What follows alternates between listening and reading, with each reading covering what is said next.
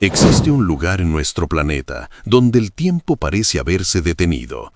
No hace siglos, sino hace millones de años. Un vasto desierto blanco, implacable y silencioso, que guarda sus secretos bajo kilómetros de hielo antiguo y presurizado. La Antártida. Para la mayoría de nosotros, es simplemente un punto blanco en la parte inferior del mapa, un recordatorio congelado de la brutalidad de la naturaleza. Pero para aquellos que han pisado su superficie, y más aún, para los que han intentado mirar debajo de ella, la Antártida es algo mucho más siniestro. No es solo el frío extremo que puede congelar tus pulmones en segundos si te atreves a respirar sin protección, ni los vientos huracanados que borran cualquier rastro de civilización en minutos. Lo que realmente hiela la sangre de los científicos y exploradores que pasan meses en ese aislamiento absoluto no es lo que está arriba, sino lo que yace dormido en las profundidades abisales, oculto por una barrera de hielo que creíamos impenetrable. Es un miedo primigenio, un pánico cósmico que nos recuerda lo insignificantes y recientes que somos los seres humanos en la línea temporal de la Tierra. Imagina por un momento ese escenario.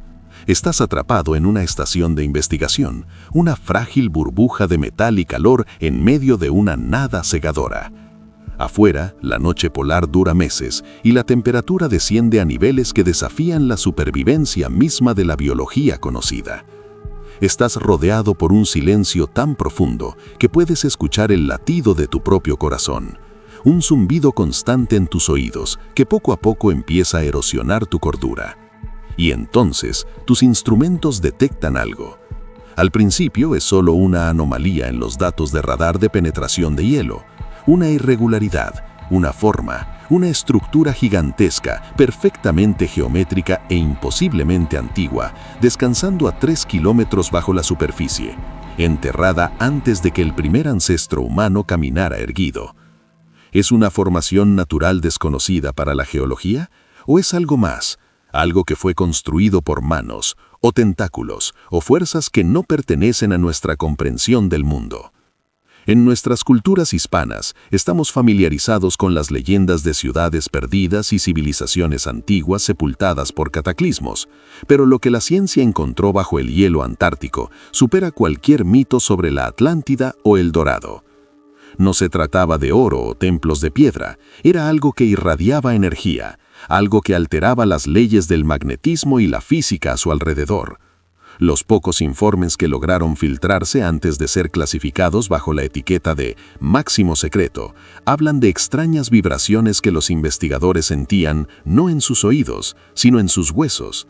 Hablan de pesadillas compartidas por todo el personal de la estación, sueños vívidos de ciudades de pesadilla con arquitecturas no euclidianas y cielos oscuros.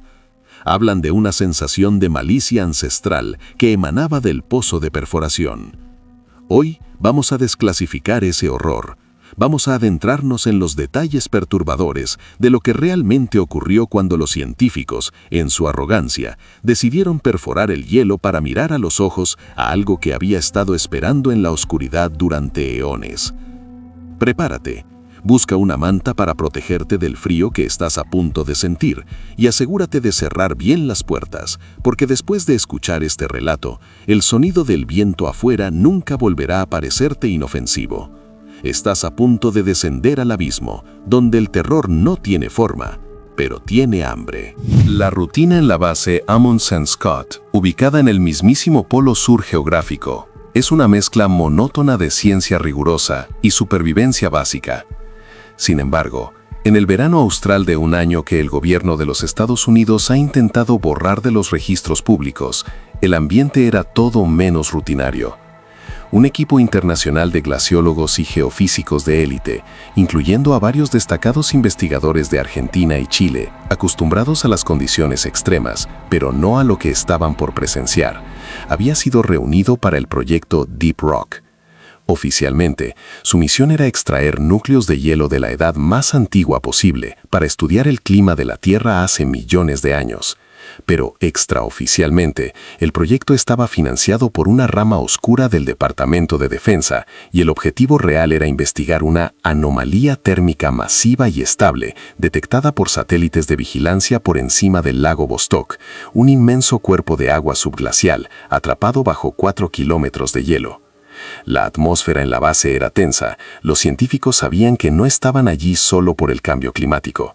Había militares vestidos de paisanos supervisando cada movimiento y una sensación de urgencia paranoica flotaba en el aire reciclado de la estación.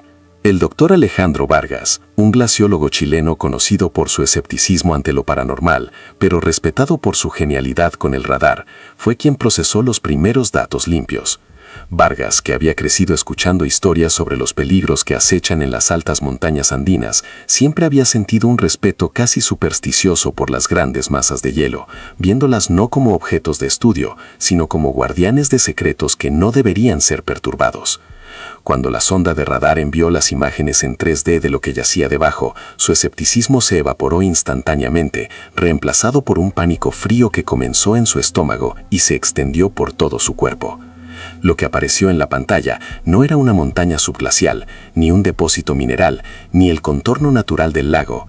Era una estructura masiva, de forma espiral y dimensiones que empequeñecían a las grandes pirámides de Giza. Pero lo más perturbador no era su tamaño, sino su simetría antinatural. No había irregularidades, ni desgaste geológico. Parecía haber sido construida ayer, o quizás estaba hecha de un material sobre el cual el tiempo no tenía poder. Vargas, con la respiración entrecortada y las manos temblorosas sobre el teclado, llamó inmediatamente al director militar del proyecto, el coronel Henderson, y a la doctora Elara Vance, la jefa científica de la misión. La habitación se sumió en un silencio pesado y sepulcral mientras miraban la imagen que redefinía todo lo que creían saber sobre la historia de la Tierra. Henderson, un hombre curtido cuya expresión raramente cambiaba, palideció notablemente y ordenó que la habitación fuera sellada y que los datos fueran encriptados inmediatamente. No hubo debate científico sobre la naturaleza de la formación, no había nada que debatir, era artificial. Vargas recordó una vieja leyenda que había escuchado de un chamán en la Patagonia sobre los durmientes que sueñan el mundo, entidades que existían antes de que el sol naciera y que dormían bajo las raíces de las montañas. Al mirar esa estructura en espiral que parecía descender interminablemente en la oscuridad subglacial, no pudo evitar pensar que quizás, solo quizás, las leyendas no eran solo cuentos. La doctora Vance, por su parte, solo pudo murmurar: «No estamos solos en esto, y nunca lo hemos estado». La decisión fue rápida e irrevocable, tomada en los pasillos oscuros del Pentágono mucho antes de que la imagen llegara a la pantalla de Vargas. Debían perforar, debían ver qué era. La curiosidad científica y la codicia militar por una tecnología potencialmente alienígena sellaron el destino de todos en la base. El equipo de perforación de agua caliente más antigua del mundo fue puesto en funcionamiento las 24 horas del día. El sonido rítmico, metálico y ensordecedor de la maquinaria se convirtió en el latido del corazón de la base Amundsen Scott, un recordatorio constante de que se estaban adentrando en un territorio prohibido. Vargas fue asignado al monitoreo de la sonda acústica que descendía justo detrás de la cabeza de perforación. Se suponía que la sonda solo debía mapear el pozo, pero comenzó a captar algo más. No eran ruidos de la maquinaria, ni de la presión del hielo. Eran vibraciones de baja frecuencia, pulsos rítmicos y guturales que parecían emanar de la estructura misma allá abajo. Al principio, Vargas pensó que era estática o un mal funcionamiento de los sensores por el frío extremo, pero cuando aisló las frecuencias y las amplificó, lo que escuchó le heló la sangre. No era ruido blanco. Vargas era un hombre de ciencia, pero lo que sus auriculares le transmitían sonaba terriblemente parecido a una respiración lenta, profunda y terriblemente masiva. Una respiración que llevaba millones de años esperando ser escuchada. La desesperación de los agentes Miller y Vance en medio de esa carretera desolada fue interrumpida de la manera más abrupta y aterradora posible. Cuando Miller intentó comunicarse nuevamente por la radio de alta frecuencia para solicitar un equipo de contención de materiales peligrosos, la respuesta que recibió no provino de la central del FBI en Albuquerque.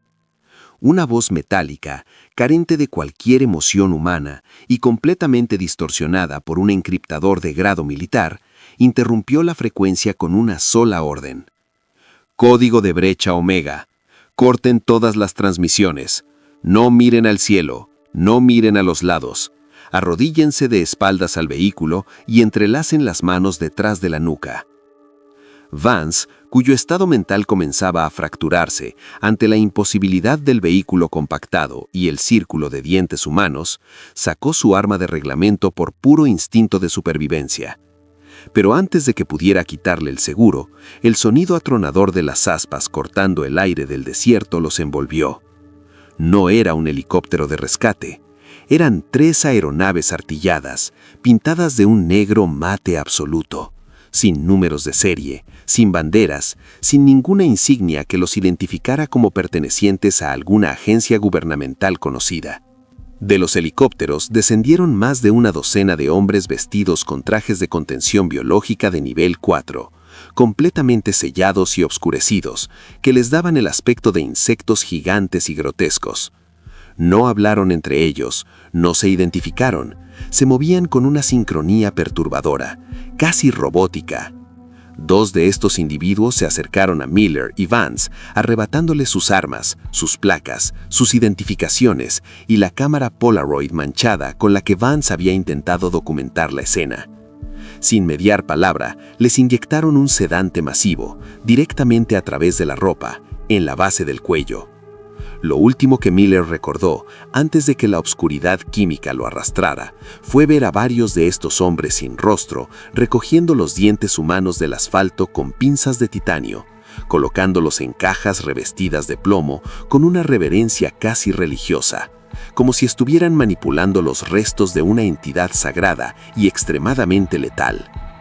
Cuando los agentes recobraron el conocimiento, el calor asfixiante del desierto había desaparecido, reemplazado por un frío industrial y aséptico que calaba hasta los huesos. Estaban sentados en sillas de acero inoxidable, atornilladas al suelo de una habitación sin ventanas, pintada de un blanco tan brillante e inmaculado que lastimaba las retinas. No había espejos de doble visión, ni cámaras de seguridad a la vista, ni micrófonos evidentes. El zumbido constante y opresivo de un sistema de ventilación subterráneo masivo era el único sonido que rompía el silencio sepulcral. Vance, temblando incontrolablemente, notó que les habían quitado sus trajes y los habían vestido con uniformes de algodón gris sin etiquetas. Al mirar sus propias manos, descubrió que las yemas de sus dedos estaban cubiertas por una fina capa de un polvo rojizo. El mismo polvo del desierto donde el oficial Mendoza se había desvanecido. Era la única prueba física de que no estaban soñando, de que la pesadilla en la carretera había sido absolutamente real, y de que ahora eran prisioneros de su propio gobierno. La verdadera tortura psicológica, sin embargo, comenzó cuando el entorno aséptico de la sala de interrogatorios empezó a traicionarlos. Después de lo que parecieron horas de aislamiento, las luces fluorescentes del techo comenzaron a parpadear con una cadencia arrítmica. Con cada parpadeo, la habitación parecía alargarse, distorsionando sus proporciones como en un salón de espejos de feria. Miller, intentando mantener la compostura de un agente federal veterano, le susurró a Vance que mantuviera la calma, que todo era una táctica de privación sensorial para interrogarlos. Pero Vance no lo escuchaba. Estaba mirando fijamente la esquina superior de la habitación, donde el techo blanco se unía con la pared. Allí, una mancha de humedad oscura comenzaba a filtrarse a través del concreto armado, pero no era agua, era una sustancia negra y espesa que goteaba hacia arriba, desafiando la gravedad, acumulándose en el techo hasta formar la silueta de un hombre encorvado. Y en medio de ese silencio asfixiante, el olor inconfundible del desierto nocturno, una mezcla de salvia seca, arena caliente y sangre vieja, inundó la habitación sellada. Algo los había seguido hasta esa fortaleza subterránea, algo que el gobierno creía poder encerrar, pero que apenas estaba comenzando a jugar con sus mentes. El impacto de la broca contra el vértice de la anomalía submarina no produjo el sonido metálico de titanio chocando contra acero. Produjo una onda de choque silenciosa, una perturbación psíquica masiva que derribó al suelo a casi todo el personal de la estación Amundsen Scott, como si la gravedad de la Tierra se hubiera multiplicado por 10 durante una fracción de segundo. Quienes estaban de pie cayeron de rodillas, vomitando violently y aferrándose la cabeza, sintiendo como si un clavo al rojo vivo les hubiera sido introducido a través de las cuencas de los ojos. Inmediatamente después del impacto psíquico, un apagón total sumió a la base en la oscuridad absoluta. El ensordecedor ruido de los generadores y de la perforadora murió de golpe. Por primera vez en meses, el silencio natural de la Antártida reclamó su dominio, pero esta vez el silencio venía cargado de una presencia opresiva y malévola que parecía aplastar los pulmones de los científicos. Cuando las luces rojas de emergencia finalmente parpadearon y cobraron vida, tiñendo los pasillos metálicos de un color sangre enfermizo, la verdadera naturaleza del horror comenzó a filtrarse desde el pozo. En la sala de perforación principal, el coronel Henderson, limpiándose un hilo de sangre negra que le escurría de la nariz, ordenó a gritos que levantaran el núcleo de muestra.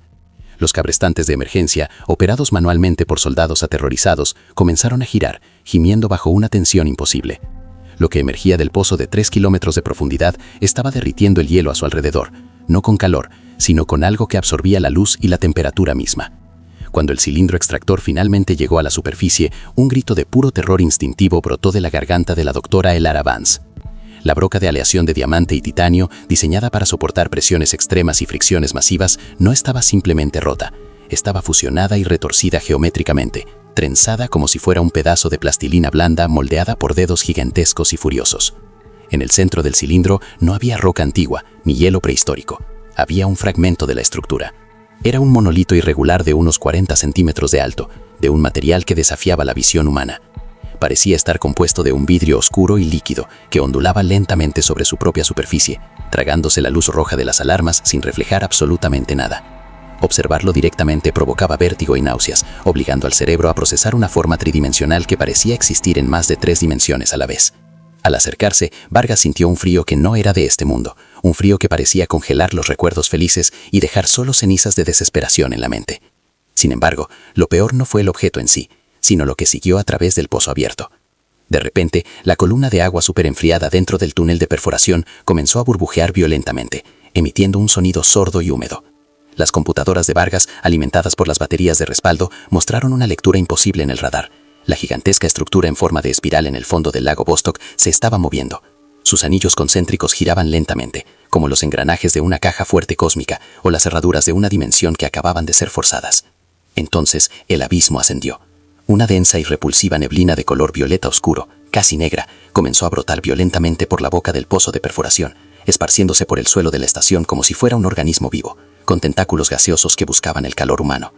Cuando esta neblina tocó las botas de uno de los técnicos militares, el hombre no gritó de dolor físico, gritó con la voz de una mujer anciana, llorando y suplicando por la absolución de pecados que no había cometido, mientras sus ojos se daban vuelta en sus órbitas y sus articulaciones comenzaban a crujir, doblándose hacia atrás en ángulos que astillaron sus huesos.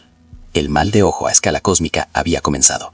La entidad, aquella deidad innombrable a la que las leyendas indígenas temían desde los albores de la humanidad, no necesitaba garras ni colmillos para cazar. Su sola presencia corrompía las leyes de la física y la biología, reescribiendo el ADN y la cordura de todo lo que tocaba. La sala de perforación se convirtió en un matadero psicológico. Mientras Henderson vaciaba inútilmente el cargador de su pistola contra la neblina negra, Vargas corrió hacia los pasillos, sabiendo con una certeza aterradora que el fin del mundo no vendría del cielo con fuego y trompetas, sino que acababa de ser desenterrado del hielo, ciego, furioso y famélico. La huida del doctor Alejandro Vargas a través de los pasillos de la estación Amundsen Scott se convirtió en un descenso en espiral hacia un infierno, donde la cordura humana no tenía cabida. A sus espaldas, los gritos de la sala de perforación no se apagaban, mutaban. El sonido de los huesos rompiéndose y la carne desgarrándose se fusionaba con aquel cántico gutural de 1000 voces sollozantes, creando una sinfonía macabra que perseguía a Vargas como un depredador invisible. Las luces rojas de emergencia parpadeaban arrítmicamente, arrojando sombras largas y deformes sobre las paredes metálicas. Pero el terror absoluto no residía únicamente en la neblina violeta que reptaba por el suelo como una marea de alquitrán vivo. El verdadero horror era que la base misma, la estructura física de la estación, estaba comenzando a cambiar bajo la influencia de aquella entidad ancestral despertada. Vargas, guiado por la pura desesperación y la adrenalina, intentó llegar al módulo de comunicaciones, situado a unos 100 metros de la sala principal. Sin embargo, los pasillos que había recorrido cientos de veces durante los últimos meses ya no obedecían a las leyes de la geometría terrestre. Al doblar una esquina que debía conducirlo directamente al ala este, se encontró de frente con un corredor interminable que parecía curvarse hacia arriba, desafiando la gravedad. Las puertas de los dormitorios se habían derretido y fusionado con los marcos, formando masas de metal retorcido que se asemejaban a rostros gritando en agonía. El aire se había vuelto tan espeso y gélido que cada respiración se sentía como inhalar fragmentos de vidrio molido. La presencia del devorador de formas estaba distorsionando la realidad, adaptando nuestro espacio tridimensional a las dimensiones alienígenas y aberrantes de la estructura espiral que yacía en el fondo del lago Vostok. Vargas cerró los ojos y se golpeó la cabeza contra la pared helada, rezando Padre Nuestros entre dientes, intentando aferrarse a un hilo de lógica, a cualquier pensamiento que le recordara que aún era un ser humano. Fue entonces cuando la encontró. La doctora Elara Vance, la brillante jefa científica, estaba arrodillada en medio del pasillo distorsionado. Al principio, Vargas sintió un destello de alivio al ver a otra superviviente y corrió hacia ella. Pero al acercarse a escasos metros, el olor putrefacto a ozono y sangre estancada le golpeó el rostro. La doctora Vance no estaba llorando ni pidiendo ayuda. Estaba de espaldas a él, murmurando frenéticamente en ese dialecto cósmico e incomprensible, frotando sus manos contra el suelo de acero con una violencia inhumana. Cuando ella giró la cabeza para mirarlo, el corazón de Vargas se detuvo.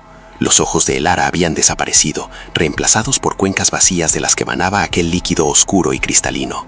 Sus dedos estaban desgastados hasta el hueso por la fricción contra el metal. Estaba tallando la espiral. Cientos, miles de espirales concéntricas, cubriendo el suelo, las paredes y sus propias piernas, dibujando el símbolo de su nuevo dios con su propia sangre y médula.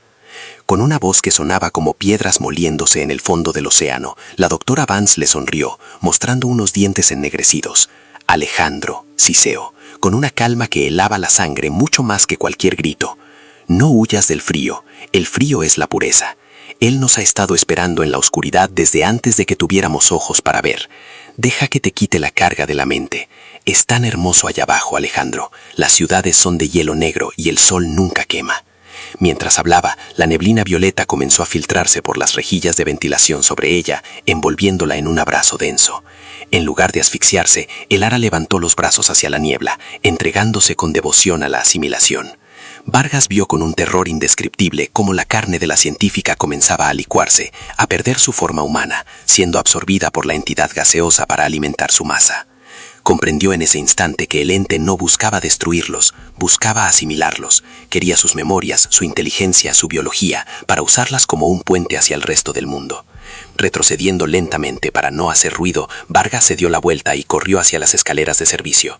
Ya no buscaba salvarse, sabía que la muerte era inminente, pero tenía una última misión: evitar que aquella deidad primordial utilizara las comunicaciones de la base para invitar al resto de la humanidad a su banquete eterno. Vargas irrumpió en la sala de comunicaciones, sellando la pesada puerta de titanio a sus espaldas con los códigos de máxima seguridad y bloqueando el mecanismo manual con una barra de acero. El cuarto, repleto de monitores satelitales y radios de alta frecuencia, era el único lugar de la base que aún no había sido profanado por la neblina y la geometría aberrante. Jadeando, con los pulmones ardiendo por el frío extremo y el esfuerzo, se abalanzó sobre la consola principal. Su intención inicial, el instinto básico de supervivencia, había sido enviar un SOS a la base McMurdo o al Comando Sur de los Estados Unidos, rogar por un equipo de rescate, por helicópteros, por salvación. Pero al mirar las pantallas del radar topográfico que seguían registrando la actividad en el pozo de perforación, una revelación brutal y desoladora lo paralizó. La estructura espiral bajo el hielo no solo se estaba moviendo, estaba emitiendo un pulso electromagnético rítmico. Ese pulso estaba interactuando directamente con la antena principal de la estación. La deidad sepultada estaba usando los ordenadores de la base para amplificar su canto hipnótico, preparándose para transmitirlo a través de las frecuencias satelitales hacia las redes de comunicaciones globales. Vargas entendió la trampa con una claridad aterradora. Si enviaba un mensaje de auxilio, los equipos de rescate vendrían, mandarían aviones, barcos, cientos de mentes frescas, cientos de cuerpos listos para ser asimilados y corrompidos por la locura. Y si el ente lograba transmitir su frecuencia directamente a través del satélite, la infección mental no tendría fronteras.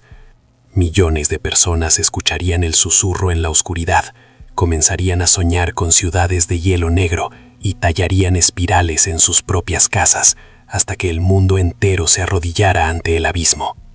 Él no podía pedir ayuda, tenía que enterrar a la base entera bajo el hielo para siempre. Con lágrimas de desesperación congelándose en sus mejillas, Vargas no activó el protocolo de rescate, activó el código de purga. Era una secuencia militar clasificada que el coronel Henderson le había mencionado en un momento de embriaguez, un protocolo diseñado para evitar que la estación cayera en manos enemigas durante la Guerra Fría. La purga sobrecargaría el diminuto pero potente reactor nuclear experimental que alimentaba la base, provocando una fusión del núcleo. La explosión vaporizaría la estación Amundsen Scott y fundiría miles de toneladas de hielo sobre el pozo de perforación, sellando la anomalía bajo una tumba radiactiva e impenetrable. Era un suicidio, un sacrificio absoluto y solitario en el fin del mundo. Mientras los monitores comenzaban a parpadear en rojo, indicando la cuenta regresiva de 10 minutos para el colapso crítico del reactor, los golpes comenzaron a sonar en la pesada puerta de titanio. No eran golpes humanos, eran impactos masivos, rítmicos, que abollaban el acero endurecido con cada embestida. La niebla violeta había llegado y reclamaba su premio. Vargas tomó la pesada grabadora de bitácora del escritorio. Sus manos ya estaban pálidas, congelándose por la falta de calefacción en la sala. Con la voz quebrada, pero firme en su propósito, dictó su última voluntad y la advertencia final para cualquier gobierno o corporación que en el futuro detectara la firma térmica del reactor. Mi nombre es Alejandro Vargas. La base está perdida. La doctora Vance, Henderson, todos han sido consumidos. No perforamos hielo antiguo. Abrimos la jaula de un dios que se alimenta de la razón. Voy a detonar el núcleo.